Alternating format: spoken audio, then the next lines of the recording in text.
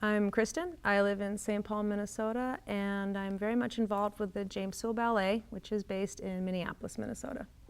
And I'm Linda Hessler from St. Paul, and I'm very involved with the American Composers Forum based in St. Paul. What inspired me to first contribute to the organization is probably a sort of a lifelong appreciation of the arts, which was developed in me and my brother by my parents, taking us to museums and orchestras and dances. And as I got older, obviously I started to have an opinion about what we were seeing, and for a while I was living in New York and would see the James Soule dance out in New York, and when I moved back here started following him and his company now, the James Soule Ballet, and its involvement over time. We love supporting artists, and we look for those organizations that particularly help artists. And I had been a music critic, and we decided to start commissioning some music. Actually, the first one was to celebrate our 15th wedding anniversary.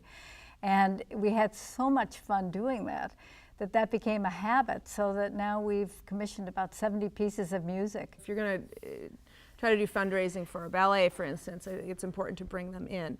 On the other hand, if they're not necessarily going to see it, it's important to talk about maybe the programs that they do. For instance, the James Soule Ballet does either video master classes with communities outstate, or they're actually traveling to smaller communities and doing performances and or master classes out there. And so maybe if you're explaining this is what we're doing, these are the communities that we're visiting, the costs are, driving, food, whatever. So these are not big programs. So small donations can even help get these programs out and out to outstate communities. Well, I think when people say, oh, they just have a little bit of money to give, does it really make a difference? I think it's kind of like voting.